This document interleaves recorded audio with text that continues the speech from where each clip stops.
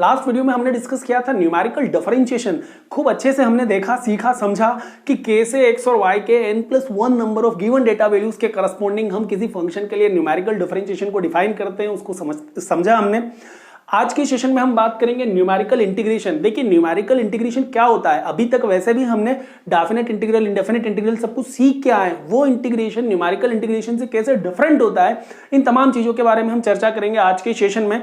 But session start करने से पहले एक बात मैं बता दूं कि यदि आपको इन सारे टॉपिक्स के यदि नोट चाहिए बच्चों सिस्टमेटिकली, तो आप हमारे ऑफिशियल टेलीग्राम चैनल चेतन एकेडमी ऑफिशियल को ज्वाइन कर सकते हैं। वीडियो के डिस्क्रिप्शन में आपको लिंक जो है वो अवेलेबल रहेगी, उस लिंक के माध्यम से आप हमारा ऑफिशियल टेलीग्राम चैनल भी ज्वाइन कर सकते हैं। चेतन एकेडमी ऑफिशियल एंड एक चेतन एकेडमी डिस्कशन ग्रुप, दोनों चैनल्स को आप ज्वाइन कीजिए, वहां पे आपको तमाम डिटेल्स जो है इन लेक्चर्स की अवेलेबल होंगी। तो बात करते हैं न्यूमेरिकल इंटीग्रेशन क्या होता है। तो देखिए हमको अभी तक बच्चों ये पता है कि यदि x और y is equal to F X की अपने को डेटा वैल्यूज गिवन है। सपोज x की डेटा वैल्यूज हमारे पास है x0, x1, x2, x3 से लेके xn and the corresponding values of the function y are y0, y1, y2, y3 से लेके हम कहें yn तक। सपोज ये हमको n+1 number of data values यहाँ पे अवेलेबल है, गिवन है। इन डेटा वैल्यू को यूज करते हुए हमको न्यूमेरिकल इंटीग्रेशन फाइंड आउट करना है। न्यूमेरिकल डिफरेंशिएशन में हमने ये देखा कि हमको वहां फंक्शन गिवन नहीं होता था, केवल डेटा वैल्यू गिवन होती थी और हम एक इंटरपोलेटिंग पॉलिनोमियल या फंक्शन जनरेट करते थे और फिर उसका डेरिवेटिव हम फाइंड आउट करते थे एक्स की किसी दी गई वैल्यू के करस्पॉन्डिंग। यहां पे भी वैसे ही होगा, यदि अपने को फंक्शन गिवन है तो अच्छी बात, नहीं गिवन हो तो सपोज हम ये कहें x0 से लेके xn तक f ऑफ x dx, या कई दफा इसको हम a to b y dx भी कह सकते हैं, जहां a का वैल्यू x0 और b का वैल्यू xn, मतलब जो भी आपका इंटरवल a b है जिसमें आपको फंक्शन को इंटीग्रेट करना है उसको आप x0 से लेके xn तक भी लिख सकते हैं। यहां पे जो प्रोसेस होगा बच्चों उसमें हम करेंगे क्या, अभी तक हमने जो सीखा था ना वो definite integral as the limit of sum के माध्यम से सीखा। वहां हमने खूब अच्छे से देखा, समझा कि सपोज अपने को y is equal to, suppose ये आपको कोई एक एक्सिस गिवन है, suppose this is the y axis, और सपोज ये अपने को कोई एक curve y is equal to F X given है। तो हम करते क्या थे, सपोज हमको यहाँ पे एक पॉइंट गिवन है x is equal to a और यहाँ पे एक पॉइंट दे दिया जाए x is equal to b, तो हमको a से लेके b तक की रेंज में फंक्शन को क्या करना होता था, इंटीग्रेट करना होता था। और इसका कॉन्सेप्ट क्या था, मीनिंग क्या था कि y is equal to F X को a से b तक आप इंटीग्रेट करें, मतलब जो ये कर्व है, कर्व के नीचे और एक्स एक्सिस के ऊपर का जो भी रीजन है, बाउंडेड रीजन, उस बाउंडेड रीजन का एरिया बेसिकली हमें फाइंड आउट करना होता था। Area under the curve above the X axis जो होता था वो फंक्शन के इंटीग्रेशन को x is equal to a से b के लिए डिफाइन करता था। तो हम क्या करते थे, ये जो a से b रेंज होती थी इस रेंज को n नंबर ऑफ इक्वल सब इंटरवल्स में डिवाइड करें। देखो हमको एक बात अच्छे से पता है कि यदि हमारे पास दो पॉइंट्स हैं, फॉर एग्जांपल ए बी, तो यहां पे इंटरवल एक जनरेट होता है। यदि हम यहां पे कहते हैं A B C, suppose 3 points है, तो देखो एक सब इंटरवल और एक दूसरा सब इंटरवल, तो पॉइंट्स 3 होंगे तो सब इंटरवल 2 होंगे, पॉइंट्स 4 होंगे तो 3 सब इंटरवल होंगे, n+1 number of data values होंगी तो there will be n number of equal सब इंटरवल्स। तो यहां पे n+1 number of data values हैं a से b तक, या हम कहें x is equal to x0 से लेके x is equal to xn तक, तो इनको हम n नंबर ऑफ इक्वल सब इंटरवल्स में डिवाइड कर सकते हैं विद इक्वल लेंथ h, जहां h को हम स्टेप साइज भी कहते हैं, एज को हम स्टेप साइज से भी डिनोट करते हैं, डिफाइन करते हैं, जो कि हर एक सब इंटरवल के इक्वल लेंथ को रिप्रेजेंट करता है। तो देखो ये यदि हमारा x is equal to a है या x0 है, x0 प्लस h करेंगे तो x1 आएगा जिसको हम कहें x0 प्लस h, देन यहां पे आएगा x0 प्लस 2h, एक एक इंटरवल आप ऐड करते चलें इसमें, तो यहां पे आएगा x0 प्लस n-1h, एंड यहां पे जो x is equal to xn, इसको आप x0 प्लस nh भी कह सकते हैं। तो इस प्रकार h सब इंटरवल के डिफरेंस पे हम क्या कर रहे हैं, अलग अलग सब इंटरवल्स बनाते जा रहे हैं। और फिर फाइनली हम क्या करते थे बच्चों, ये जितने भी आपने देखा पॉइंट्स हैं, इन सभी पॉइंट्स पर हमने ये अलग अलग प्रकार की स्ट्रिप्स लिया। ये कहे कि ये छोटे छोटे हमने रेक्टेंगल्स लिए। हमें पता है कि जब x का वैल्यू x0 है तो फंक्शन का वैल्यू क्या हो जाएगा, एफ ऑफ एक्स जीरो। यदि x is equal to x zero plus h है और हम जानते हैं कि एक्स जीरो प्लस एच का मतलब क्या होता है x1, हम ये न्यूमेरिकल एनालिसिस में सीखते आए हैं। X zero plus two h का मतलब होता है x2, x zero plus n h का मतलब होता है xn। तो देखिए यहां पे x1 x2 और ये x zero plus n minus one h को हम क्या लिख सकते हैं xn minus one and then xn। तो x0 के करस्पॉन्डिंग फंक्शन का value f of x0, x1 के करस्पॉन्डिंग फंक्शन का वैल्यू हुआ आपका f ऑफ x1, x2 के करस्पॉन्डिंग हुआ f ऑफ x2, उसी प्रकार xn के करस्पॉन्डिंग होगा f ऑफ xn। अब आपको यहां विड्थ पता है, लेंथ पता है, तो आप क्या कर सकते हैं, तमाम रेक्टेंगल्स के एरियाज को फाइंड आउट कर सकते हैं। यदि इन तमाम एरियाज के जो भी रेक्टेंगल्स हैं इनके एरियाज को हम सम करें तो हमें क्या मिल जाएगा, definite integral as the limit of sum के माध्यम से integration from x0 to xn fx dx का वैल्यू यहां पे मिल जाएगा। ये प्रोसेस आप अभी तक करते आए हैं। सिमिलर वे में ही हमको न्यूमेरिकल इंटीग्रेशन भी करना होता है। यहां भी जो n है, n का मतलब क्या होता है, नंबर ऑफ सब इंटरवल्स, नंबर ऑफ सब इंटरवल्स, जिसका बहुत इंपॉर्टेंट रोल होगा यहां पे। अब देखिए कई दफा क्वेश्चन में आपको सिर्फ ये दिया जाता है कि इस रेंज में आप फंक्शन को इंटीग्रेट करें। आपको तय करना होता है कि आप दिए गए इंटरवल को कितने नंबर ऑफ सब इंटरवल में ब्रेक करना चाहते हैं। वैसे बेसिकली देखा जाए तो हम हमेशा 6 सब इंटरवल में ब्रेक करेंगे। 6 सब इंटरवल में ब्रेक करने का रीजन क्या है, जब पूरा सेशन आप समझेंगे तो लास्ट में हम इस चीज का कंक्लूजन भी लेंगे और आपको वहां समझ में आएगा कि हम क्यों कह रहे थे कि n इज इक्वल टू आप 6 ले। देखिए वैसे तो जितने ज्यादा सब इंटरवल्स लेंगे उतना ज्यादा अप्रोप्रिएट आंसर यहां पे अपने को देखने को मिलता है, क्योंकि हमने जब definite integral as the limit of sum पढ़ा था वहां भी यही कहा था कि n मतलब नंबर ऑफ सब इंटरवल आप क्या लेते थे, n अप्रोचेस टू इंफिनिटी, मतलब ज्यादा से ज्यादा ले, ताकि छोटे छोटे एरिया में यहां जो ये डिफरेंस जनरेट होता था ये कम से कम हो। ये चीजें ऑलरेडी हम डिस्कस कर चुके हैं। हम न्यूमेरिकल इंटीग्रेशन पे आते हैं तो दिए गए डाटा वैल्यू के करस्पॉन्डिंग यदि हम फंक्शन को इंटीग्रेट करें तो ये जो प्रोसेस है कहलाएगी न्यूमेरिकल इंटीग्रेशन। यहां पे हम fx न मानते हुए ये कहें कि एक इंटरपोलेटिंग पॉलिनोमियल px है, तो यदि a से b रेंज में उस इंटरपोलेटिंग पॉलिनोमियल को हम इंटीग्रेट करें तो इस प्रकार के इंटीग्रेशन को फाइंड करने की प्रोसेस को हम कहते हैं न्यूमेरिकल इंटीग्रेशन। और न्यूमेरिकल इंटीग्रेशन जो है किसी फंक्शन का फाइंड आउट करने की जो प्रोसेस होती है उसको हम कहते हैं quadrature. Quadrature is the process to evaluate the numerical integration of any function. Clear? तो यहां पे बच्चों हम क्या करेंगे, न्यूटन का कॉट क्वाड्रेचर फॉर्मूला यूज करेंगे और उस फॉर्मूले को सबसे पहले हम सीखेंगे कि कैसे न्यूटन कॉट क्वाड्रेचर फॉर्मूला हम न्यूटन फॉरवर्ड इंटरपोलेशन फॉर्मूला की हेल्प से डिराइव करते हैं और उस फॉर्मूले में अलग अलग टाइप की n की वैल्यूज लेंगे, मतलब डिफरेंट सब इंटरवल्स पे हम अलग अलग केसेस को डिस्कस करेंगे।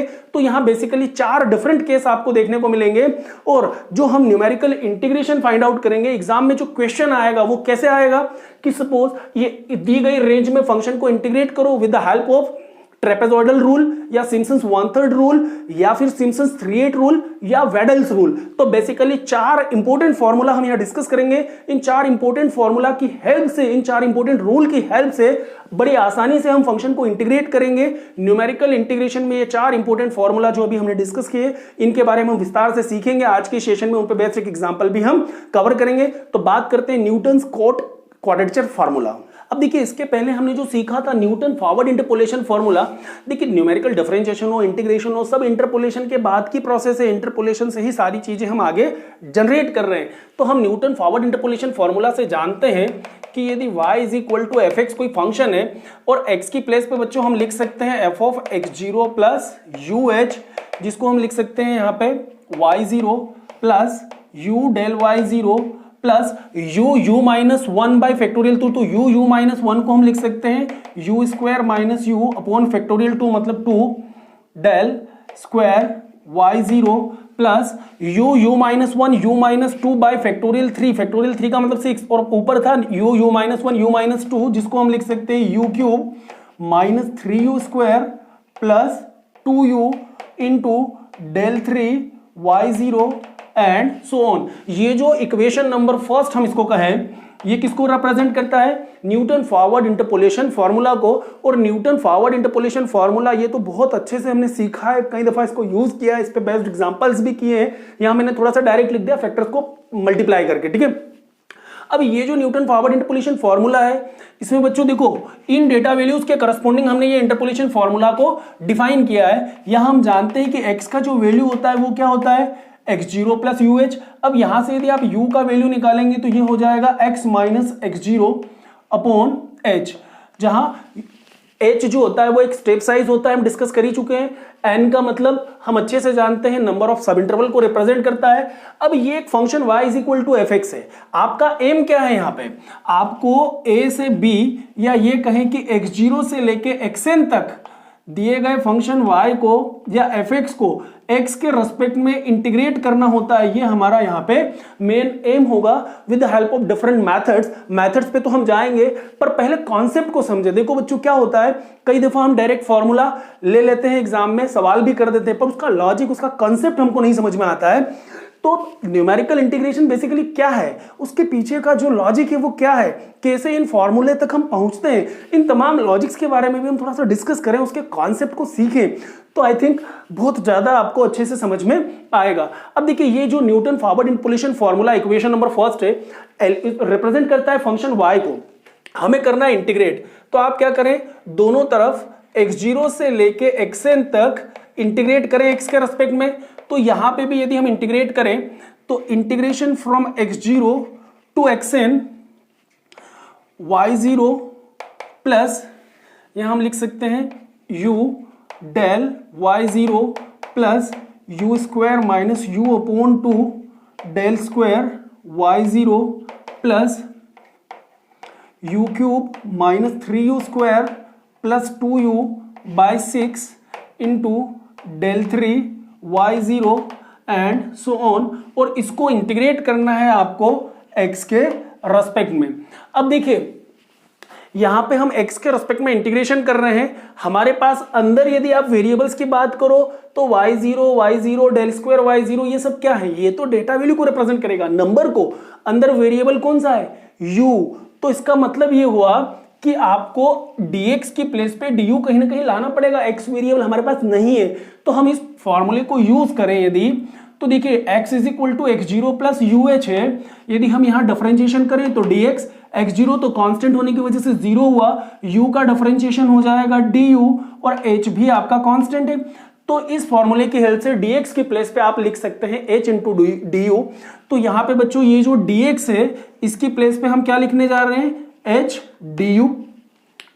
अब ये जो h कांस्टेंट है इसको हम कहां लेके आए, आगे लेके आ जाएं, तो यहां पे आपका x is equal to x0 से लेके xn तक। अब ये जो इंटीग्रेशन का लिमिट है किसको रिप्रेजेंट कर रहा है, x की लिमिट को रिप्रेजेंट कर रहा है। अब आप इंटीग्रेशन किसके रेस्पेक्ट में करने जा रहे हैं, u के रेस्पेक्ट में, तो लिमिट को भी आप किस में लेके आए, u के लिए। तो देखो जब x का वैल्यू x0 हो तो u का वैल्यू क्या हो जाएगा बच्चों, x की प्लेस पे यदि आप x0 ले लेंगे तो x0 minus x0 it will B 0, तो u का वैल्यू क्या हो जाएगा 0। और जब x की प्लेस पे आप xn ले लें तो u की प्लेस पे क्या आ जाएगा, xn minus x0 upon h, it means n। तो u का वैल्यू कितना आ जाएगा, n आ जाएगा।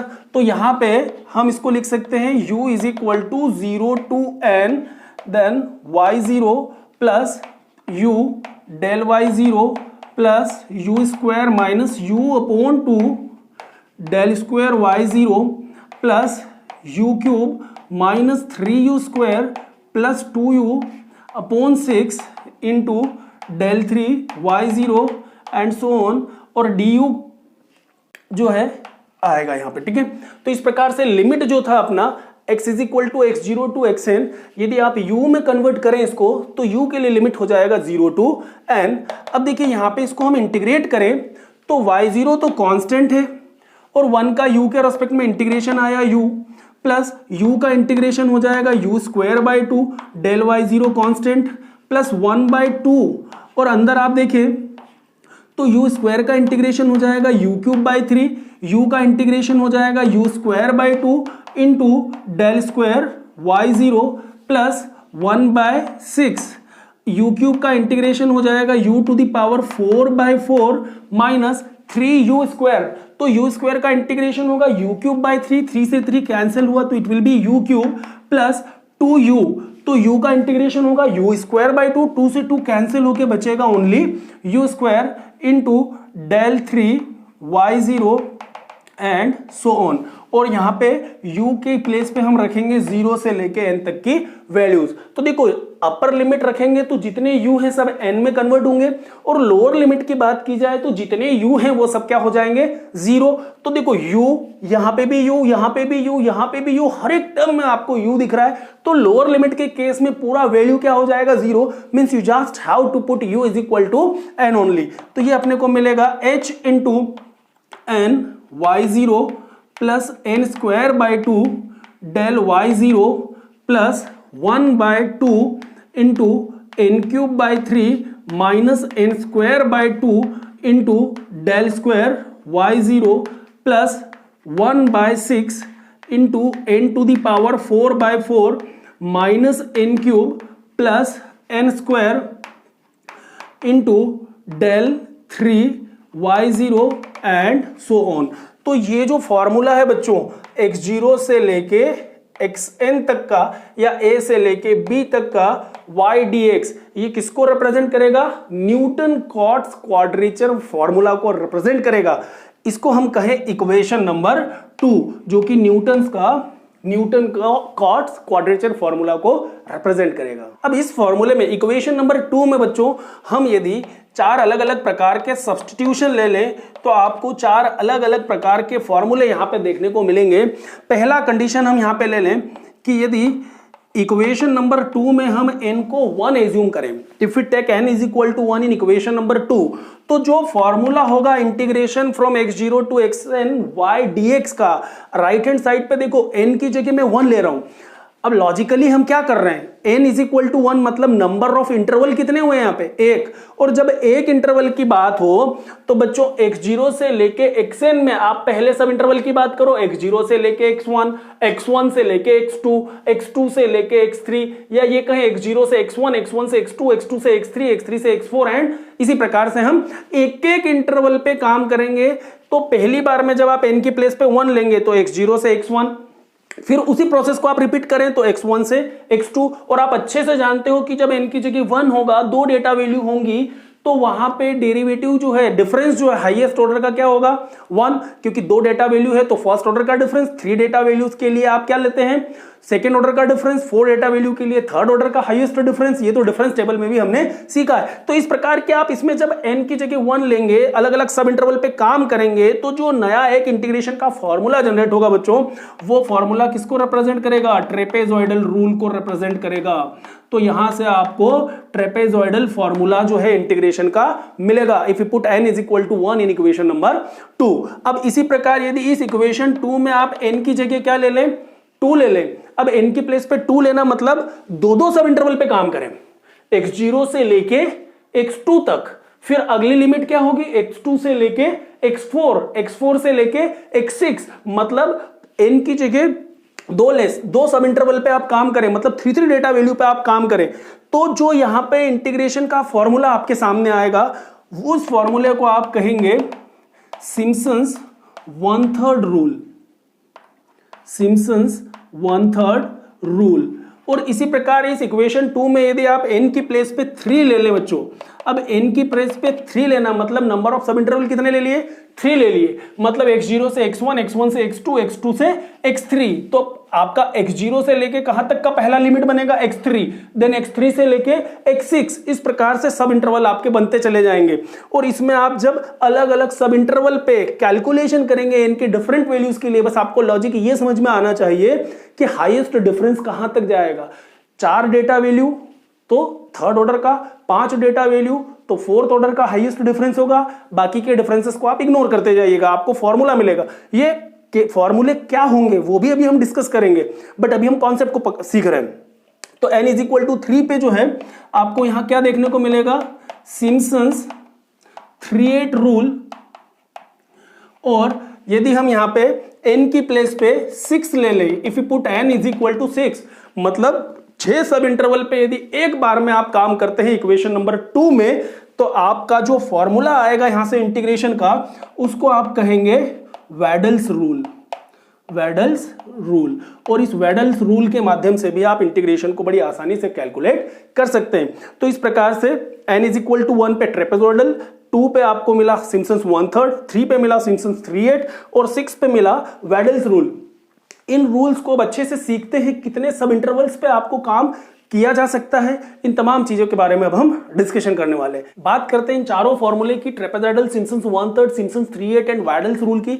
देखो मैं बहुत अच्छे से सिखाने की कोशिश करूंगा, फॉर्मूले को याद करने का तरीका भी बताऊंगा, क्योंकि एग्जाम में जनरली क्या होता है कि स्टूडेंट्स को फॉर्मूला ही याद नहीं है, प्रोसेस भी पता है तो हम क्या कर लेंगे, आंसर कभी भी नहीं आता है। तो सबसे इंपॉर्टेंट चीज तो है कि फॉर्मूले को याद रखना।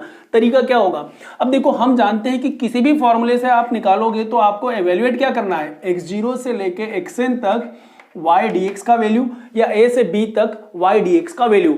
अब ट्रेपेजॉइडल रूल में बच्चों क्या हो रहा है कि n का वैल्यू 1 आता है, मतलब n का वैल्यू 1 आ रहा है, मतलब सब इंटरवल की वैल्यू कितनी है 1, मतलब आप किसी भी नंबर ऑफ डेटा वैल्यू के लिए इस फॉर्मूले को अप्लाई कर सकते हो। Trapezoidal rule is applicable for all the values of data values, ठीक है ना। n बराबर 1 मतलब एक सब इंटरवल के लिए हम यहां पे काम करें तो यहां पे अपना जो फॉर्मूला आएगा बच्चों वो आएगा h/2 first data value of y plus last data value of y plus 2 times of remaining data values of y, like y1 plus y2 plus y3 से लेके जो भी आपका yn के पहले क्या डेटा वैल्यू था yn माइनस 1 यहां तक का। क्लियर। तो ये जो रूल कहलाता है वो ट्रेपेजॉइडल रूल कहलाता है। जब n का वैल्यू 1 हो, मतलब यहां हम इस रूल को इस प्रकार से समझ सकते हैं कि जब किसी भी नंबर ऑफ डेटा वैल्यू के लिए आपको ट्रेपेजॉइडल रूल लगाने के लिए कहा जाए तो ये हर सिचुएशन में एप्लीकेबल होता है।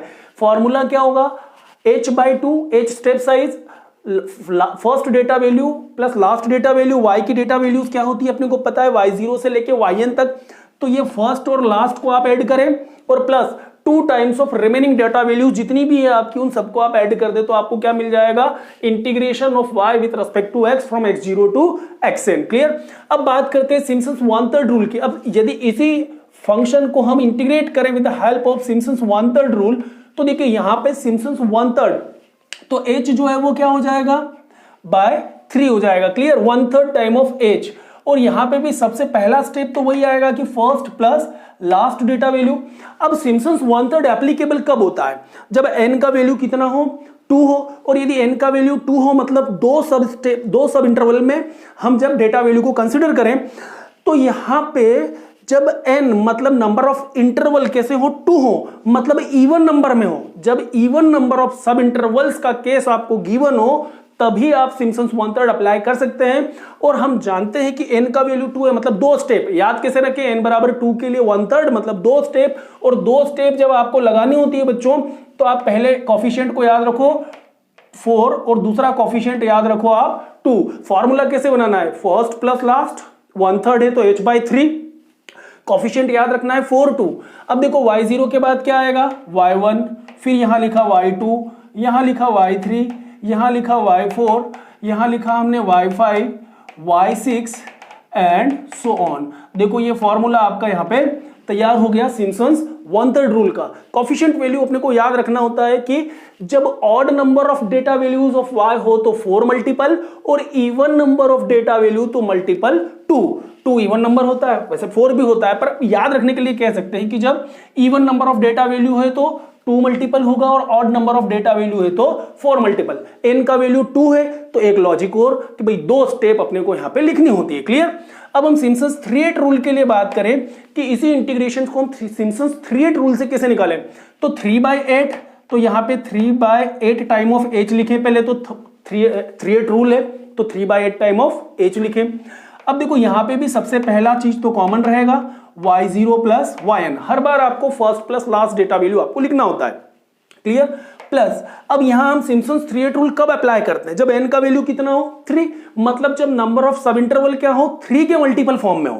क्लियर है, 3 मल्टीपल ऑफ नंबर मतलब 3, 6, 9 इस प्रकार से जब मल्टीपल ऑफ 3 के फॉर्म में आपको सब इंटरवल गिवन हो तो ऐसी सिचुएशन में आप सिम्पसन्स 3/8 रूल लगाएंगे। और सिम्पसन्स 3/8 रूल आप कह रहे हैं कि n का वैल्यू 3 हो, मतलब यहां हम 3 स्टेप में काम करें। n का वैल्यू 2 था तो 2 स्टेप, n का वैल्यू 3 होगा तो 3 स्टेप। अब 3 स्टेप में आपको कॉफिशिएंट वैल्यू याद रखना होता है 3 3 2, बस यदि इतना याद रख लिया तो आपका काम बन जाता है। अब देखो यहां पे हम फिर से समझे y0 और yn, फर्स्ट और लास्ट आपने छोड़ा तो अब फर्स्ट और लास्ट डेटा वैल्यू आपने छोड़ा, तो अब शुरू कहां से हुआ, y1 से। हर एक स्टेप पे आप एक एक लिखो, y1, y2, y3, फिर y3 के बाद y4, y5, y6, then y7, y8, y9 and so on. अब देखो यहां पे मेरे हिसाब से आपको ये कॉन्सेप्ट समझ में आ रहा होगा कि भाई फॉर्मूला जो है हम किस प्रकार से आगे बढ़ा रहे हैं। यदि हमको कोफिशिएंट वैल्यू 332 याद है तो n बराबर 3 मतलब 3 स्टेप, ये 3 स्टेप हमने लिया, 1 2 3 4 5 6 7 8 9, कोई कंफ्यूजन नहीं। अब समझने के हिसाब से आप ये कह सकते हैं कि साहब 1 4 7 कितना डिफरेंस आया, 3 का, 2 5 3 का, 3 6 3 का, हर डेटा वैल्यू के बीच डिफरेंस कितना, 3 का, क्योंकि आप n बराबर 3 पे काम कर रहे हैं। जब आपके इंटरवल्स जो है वो 3 मल्टीपल हो तो ये लॉजिक यहाँ पे सेट होता है। उसी प्रकार जब वेडल्स रूल की बात करेंगे बच्चों, तो वेडल्स रूल में बेसिकली जब हम ये इंटीग्रेशन सॉल्व करते हैं x0 से लेके xn तक y dx, तो आपको ये समझ में आना चाहिए कि n का वैल्यू कितना होगा, 6, जब नंबर ऑफ सब इंटरवल कितनी डिस्टेंस पे हो, 6 के अंतराल पे आपको गिवन हो, 6 मल्टीपल के फॉर्म में आपको इंटरवल गिवन हो। तो ऐसी सिचुएशन में यदि 2 था तो 2 स्टेप, 3 था तो 3 स्टेप, 6 है तो 6 स्टेप में अब आपको आंसर लिखना होगा यहाँ पे। और चूंकि वेडल्स रूल है तो वेडल्स रूल में आप 3/10 टाइम ऑफ एच करें पहले, and then first value plus last value, ये लॉजिक तो एज इट इज चलेगा, first plus last, and then अब यहां पे देखो आपको जो कोफिशिएंट वैल्यू यहां हमने कहा 42, यहां कहा 332, अब यहां आ जाएगा 5161 5161 एंड देन 52 516152। इस प्रकार से आपको ये 6 कोफिशिएंट वैल्यू याद रखनी है। तो फॉर्मूला बनाना वेडल्स का भी, इतना बड़ा फॉर्मूला भी आपके लिए बड़ा आसान हो जाएगा। अब देखिए यहां पे y0 yn फर्स्ट और लास्ट लिया, अब शुरू कहां से करें, 1 से, तो y1 y2 y3 y4 y5 and then y6। इस प्रकार से हम इसको समझे। फिर या ये नीचे वाला यहाँ पे कंफ्यूजन हो रहा है, समझ में नहीं आ रहा है, तो उसको इधर आगे कर लेते हैं हम यहाँ पे, ठीक है ना। ये प्लस 5 के बाद हमने कहा था कोफिशिएंट जो था वो 2 था, तो यहाँ हम लिखें y6। क्लियर। अब देखिए यहाँ पे 6 स्टेप पे काम करना है, first second third fourth fifth and six. तो y1 y2 y3 y4 y5 y6। अब y1 के बाद चूंकि n बराबर 6 मतलब डिफरेंस कितना लेना है, 6 का डिफरेंस लेना है। तो 1 के बाद 6 डिफरेंस लें तो क्या आएगा, 7 ही आना है। 7 के बाद आप छठा डिफरेंस लेंगे तो क्या आएगा, 13 आएगा। ये सब चीजें हमको पता है, बट फिर भी यदि फॉर्मूला आप सीखना चाहते हैं कि याद कैसे रखें, तो 1 2 3 4 5 6 then 7 8 9 y10 y11 y12 then y13 y14 y15 y16 y17 y18 and so on. इस प्रकार से अपन इसको समझ सकते हैं।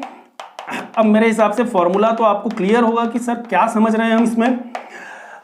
कोफिशिएंट वैल्यू याद है तो भी आप समझ सकते हैं, 6 के डिफरेंस पे आपको यहां काम करना होता है। 1 7 13, फिर 1 से स्टार्ट किया तो अगला सब स्टेप जो होगा आपका 2 से स्टार्ट होगा 6 के डिफरेंस पे, या ऐसा भी समझ सकते हैं y1 y2 y3 y4 y5 y6 then y7 and so on. ठीक है, तो इस प्रकार से इन चारों फॉर्मूलों को हम बड़ी आसानी से याद रख सकते हैं। लेते हैं इस पर बेसिक एग्जाम्पल में हमसे कहा गया है कि evaluate integration from x is equal to 0 to 6 1/1 plus x square dx। अब देखिए इस इंटीग्रेशन को यदि न्यूमेरिकल इंटीग्रेशन के मेथड से सॉल्व करने के लिए नहीं कहा जाता तो हम क्या करते हैं, 1/1 प्लस एक्स स्क्वायर का इंटीग्रेशन हमें पता है tan inverse x, upper limit minus lower limit करते कैलकुलेटर के माध्यम से डायरेक्ट इसका आंसर निकाल सकते थे। बट न्यूमेरिकल इंटीग्रेशन की टेक्निक से यदि अपने को सॉल्व करना है, means trapezoidal, Simpson's 1/3 3/8 Weddle's rule, यदि इन चारों रूल से हम इसको सॉल्व करें तो किस प्रकार से करेंगे। देखो बच्चों, कितने सब इंटरवल में दिए गए इंटरवल को डिवाइड करें। मैंने आपको जब स्टार्ट किया था ये सेशन तब कहा था कि n का वैल्यू हम जनरली 6 ही कंसीडर करते हैं। उसके पीछे का लॉजिक क्या है मैंने कहा था, जब न्यूमेरिकल लेंगे तो आपको मैं समझाऊंगा। तो देखो 6 लेने के पीछे का रीजन ये है बच्चों कि क्यों हम यहां n का वैल्यू 6 ले रहे हैं, नंबर ऑफ सब इंटरवल जो है वो 6 ले रहे हैं। कारण उसका ये है कि आप जानते हैं कि ट्रेपेजॉइडल रूल कब एप्लीकेबल होता था, क्वाड्रेचर फॉर्मूला में, जब n का वैल्यू 1 हो मतलब सब इंटरवल 1 हो, n का वैल्यू 2 हो मतलब सब इंटरवल 2 हो, मतलब even number of sub interval हो। यहां पे even number of sub interval मतलब n जो है वो जितने भी सब इंटरवल है वो 2 के मल्टीपल में हो। सिम्पसन्स 3/8 कब लगाते थे? जब n का वैल्यू 3 हो, मतलब सब इंटरवल क्या हो? 3 के मल्टीपल में हो। और वैडल्स रूल कब लगाते थे? जब n का वैल्यू 6 हो, मतलब 6 के मल्टीपल में इंटरवल हो। अब आप देखो, चाहे n का वैल्यू 1 हो, 2 हो, 3 हो, 6 यदि आप कंसिडर करते हैं तो 6 कंसिडर करने का जो रीजन है वो ये है कि यदि आपने n बराबर 6 ले लिया, मतलब आप चारों रूल को अप्लाई कर सकते हो। यदि आप n बराबर 4 लेते तो फिर इवन के केस ही अप्लाई कर सकते थे, वहां पे फिर वैडल रूल से उसको सॉल्व ही नहीं कर सकते थे, है ना। n की जगह आप 3 लेते तो फिर आप सिम्पसन्स 3/8 रूल लगा ही नहीं पाते यदि n की जगह आप 4 लेते। तो कारण ये होता है कि आप यदि n = 6 लेते हैं ना, तो चारों फॉर्मूले इस सिचुएशन में एप्लीकेबल हो जाते हैं। और यहां हमको चारों के माध्यम से ही करना है, तो हम n की जगह क्या लेंगे? 6 लेंगे। एग्जाम में यदि दिया हो इतने सब इंटरवल में इस फॉर्मूले से करना है तो बहुत अच्छा, हमको वही फॉलो करना है, अपना दिमाग नहीं लगाना है। और यदि एग्जाम में कुछ नहीं दिया है, सिर्फ ये कहा गया है कि आप इन मेथड से इसको सॉल्व करो, तो n बराबर 6 मान लो, आप चारों फॉर्मूले उस पर फिट हो जाएंगे, कोई दिक्कत नहीं आएगी। अब देखो, सबसे पहले तो डेटा वैल्यू सेट करो, क्योंकि चारों फॉर्मूले में हमको पता है y0 से लेके yn की वैल्यूज अपने को रिक्वायर्ड होती है बच्चों। तो x का वैल्यू यदि हम 0 1 2 3 4 5 6 ले लें, n = 6। अब n जो है नंबर ऑफ सब इंटरवल, यदि 6 सब इंटरवल आप ले रहे हैं बच्चों, तो डाटा वैल्यू अपने को कितना चाहिए? यहाँ पे 7 डेटा वैल्यूज पे आपको जाना पड़ेगा। तो 0 से लेके 6 तक आप चले। फॉर्मूले में दिए गए फंक्शन में यहाँ fx की प्लेस पे आपको क्या दिया है? 1/1 + x²। x को 0 लेंगे तो y फंक्शन का वैल्यू आएगा 1, 1/1 + 0 इट विल बी 1। फिर उसी प्रकार x की प्लेस पे आप 1 लेंगे तो यहां आपको मिल जाएगा 0.5, x की प्लेस पे 2 लेंगे तो आपको मिलेगा 0.2, 3 पे 0.1, 4 पे 0.0588, x की प्लेस पे 5 लेंगे तो इट विल बी 0.0385 एंड 6 लेंगे तो इट विल बी 0.027। तो इस प्रकार हमको ये पता है कि भाई ये जो डाटा वैल्यू x का ये हुआ x0, x1, x2, x3, x4, x5 and this is x6। और सिमिलरली इन वैल्यूज को हम क्या कहेंगे बच्चों? y0, y1, y2, y3, y4, y5 and y6। तो ये सारी डेटा वैल्यूज अपने पास अवेलेबल है। फॉर्मूला अभी हमने सीखा, फॉर्मूले में जस्ट वैल्यू पुट करना है, आंसर निकालना है। तो सबसे पहले हम यहाँ पे यूज करें ट्रेपेजॉइडल रूल। और देखो, ट्रेपेजॉइडल रूल की यदि बात करें तो ट्रेपेजॉइडल रूल तो बहुत सिंपल सा रूल होता है। n का वैल्यू 1 होता है, मतलब एक सिंगल स्टेप में काम होगा। और हम जानते हैं कि 0 to 6 1/1 + x² dx का जो आंसर होगा वो क्या हो जाएगा? h/2 first data value plus last क्या है यहाँ पे? yn की जगह y6 प्लस 2 इंटू जितनी भी वैल्यूज बची है, rest of all the values, तो यहाँ पे आ जाएगा आपका y1, y2, y3, y4, y5। अब देखो, इस फॉर्मूले में आप वैल्यू सब्स्टिट्यूट करो, आपके पास y0, y1, y2, y3, y4, y5, y6 सारी डाटा वैल्यूज अवेलेबल है। आपको इन डेटा वैल्यूज को y0 की जगह 1, y2, y3, y4 सारी डेटा वैल्यूज है। इन वैल्यूज को यदि फॉर्मूले में आप सब्स्टिट्यूट करें, कैलकुलेटर के माध्यम से सिंप्लीफाई करें, तो ट्रेपेजॉइडल रूल के माध्यम से इस इंटीग्रेशन का आंसर आएगा 1.4108। तो ये आंसर हमने निकाला with the help of trapezoidal rule. Clear? अब हम बात करते हैं सेकेंड फॉर्मूला, जो कि है सिम्पसन्स 1/3 रूल। अब सिम्पसन्स 1/3 रूल के माध्यम से इस इंटीग्रेशन का जो आंसर आएगा, फॉर्मूला बनेगा, फॉर्मूला जो बनेगा बच्चों वो क्या बन जाएगा? 1/3 मतलब h/3 बनेगा। First value plus last value मतलब y0 प्लस y6 बनेगा। अब यहां पे 1/3 कब लगता है? जब n का वैल्यू 2 हो मतलब 2 स्टेप हो, और 2 स्टेप हो मतलब हमको कोफिशिएंट वैल्यूज याद है, एक 4 दूसरा 2। और यदि y0 y6 लिखा आपने तो यहां क्या आ जाएगा बच्चों? y1 y2 y3 y4 y5। बस इतना ही अपने पास बनेगा यहां पे कि 2 के साथ even number of data values और 4 के साथ odd number of data value. Total data value आपके पास 7 है, जिसमें से फर्स्ट और लास्ट तो यहां लिखा, बचा आपके पास 5 5 में से y2 y4 इवन होने के कारण 2 के साथ आया, y1 y3 y5 ऑड होने की वजह से 4 के साथ आया। ये फॉर्मूला अपन ने देखा था। अब इसमें आप क्या करें, y0 की प्लेस पे 0.5 रखें, y6 की प्लेस पे 0.027 रखें, y1 की प्लेस पे 0.5, ये तमाम डेटा वैल्यूज आप यहाँ पे सब्स्टिट्यूट करें, इसको सिंप्लीफाई करें बच्चों। तो जैसे हम यहाँ पे तमाम डेटा वैल्यूज लेंगे, लाइक एक क्वेश्चन में हम वैल्यू रख के देख लेते हैं। अब यहाँ पे h का वैल्यू अपने को ऑलरेडी गिवन है बच्चों यहाँ पे कि 1 है, तो देखो क्या आ जाएगा 1/3 y0 प्लस y6, तो y0 plus y6 it means यहाँ पे आएगा 1 प्लस y6 का मतलब हुआ 0.027। एक क्वेश्चन में हम वैल्यू रख लेते हैं, बाकी सारे जो है वो डायरेक्ट करेंगे, ठीक है।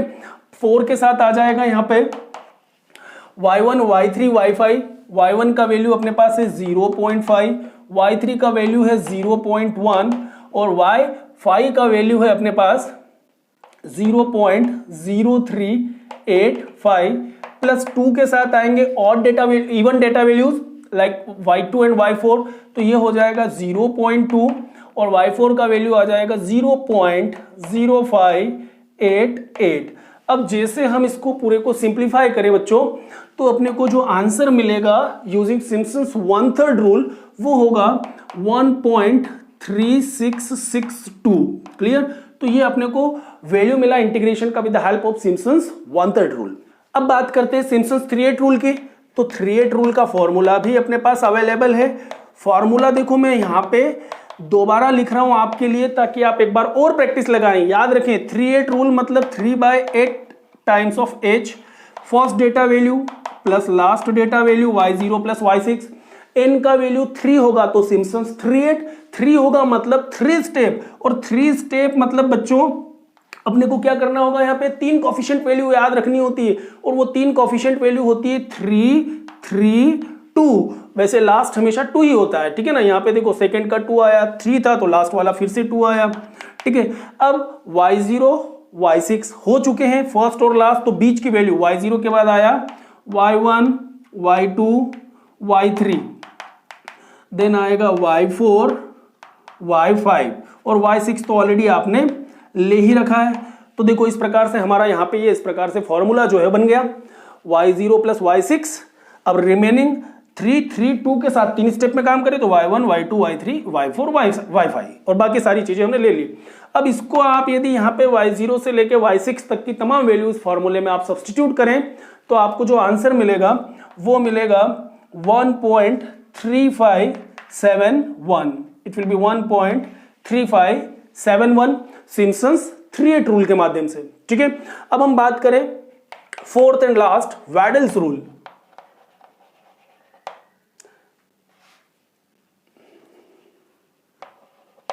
अब देखो वैडल्स रूल से यदि हम इसको सॉल्व करें तो वैडल का फॉर्मूला भी अपने को पता होना चाहिए।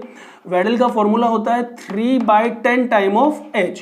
सबसे पहले आप क्या लिखेंगे बच्चों, y0 प्लस yn मतलब y0 प्लस y6 प्लस यहाँ 4 स्टेप में 6 स्टेप में काम होगा जब n का वैल्यू 6 हो, मतलब 6 स्टेप, और 6 स्टेप मतलब 6 कोफिशिएंट आपको याद रखने होते हैं, और वो 6 कोफिशिएंट कौन कौन से होते हैं 5 1 6 1 5 2, ये 6 कोफिशिएंट अपने को याद रखना है। तो ये होता है 5 1 6 1 5 2, ये 6 कोफिशिएंट वैल्यूज अपने को याद रखनी है। अब देखो यहां पे 6 स्टेप में काम करना है, y0 y6 हुआ तो यहां क्या आएगा y1, यहां आएगा y2, थर्ड में आता है y3, यहां आएगा y4, यहां आएगा y5 और यहां आएगा y6। बट देखो यहां पे हम y6 बच्चों ऑलरेडी ले चुके हैं ना, तो यहां पे लास्ट टर्म ऐसी सिचुएशन में आपकी नहीं आएगी 2y6, तो आपका फॉर्मूला कहां तक जनरेट होगा, फिर ये यहीं तक चलेगा y0 plus y6 5y1 plus y2 plus 6y3 plus y4 plus 5y5। अब डेटा वैल्यू अवेलेबल नहीं है, 6 अपने ऑलरेडी यहाँ पे ले लिया, तो 2 के साथ का कोफिशिएंट जो है वो यहाँ पे नहीं आएगा। अब यहाँ पे भी आप y0 से y6 तक की सारी गिवन डेटा वैल्यूज को सब्स्टिट्यूट करें, इसको सिंप्लीफाई करें, तो यहाँ पे बच्चों आपका जो आंसर आएगा वो आएगा 1.3735। तो इस प्रकार वैडल्स रूल के माध्यम से भी हमने यहाँ पे आंसर जो है वो निकाल दिया। अब देखो यहाँ पे करना क्या है, हमने चारों मेथड से आंसर निकाला यहाँ पे, ठीक है।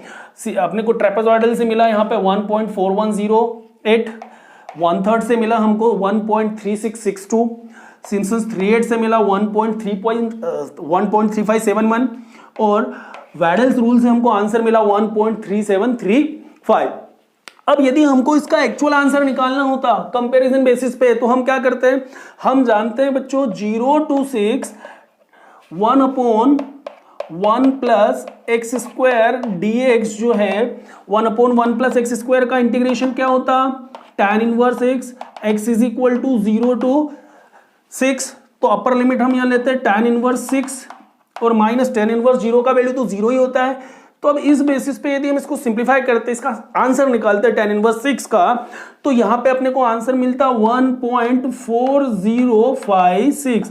तो इस प्रकार से देखो एक्चुअल आंसर क्या होता है इसका 1.4056। और न्यूमेरिकल टेक्निक या न्यूमेरिकल मेथड के माध्यम से इसका आंसर क्या है बच्चों, ये अलग अलग मेथड में अलग अलग प्रकार से आता है। तो ज्यादा करेक्टेड फॉर्म में यदि हम देखें कि इसके सबसे नियर बाय वैल्यू कौन सी है, तो एक तो अपने को वैडल से जो मिला वो हो रहा है और एक जो अपने को ट्रेपेजॉइडल के माध्यम से मिल रहा है वो ऑलमोस्ट इनके करीब है, तो दो ज्यादा अप्रोप्रिएट वैल्यूज कही जाती है। वैसे वैडल्स रूल पे क्वेश्चन एग्जाम में न के बराबर आता है, बट फिर भी सिलेबस में होता है, कई बार पूछ भी लिया जाता है, तो हमने उसको भी यहाँ सीखने का प्रयास किया। हर बार करना क्या होगा, क्वेश्चन चाहे कोई सा भी आए, आपको n का वैल्यू जो है वो डिसाइड करना होता है।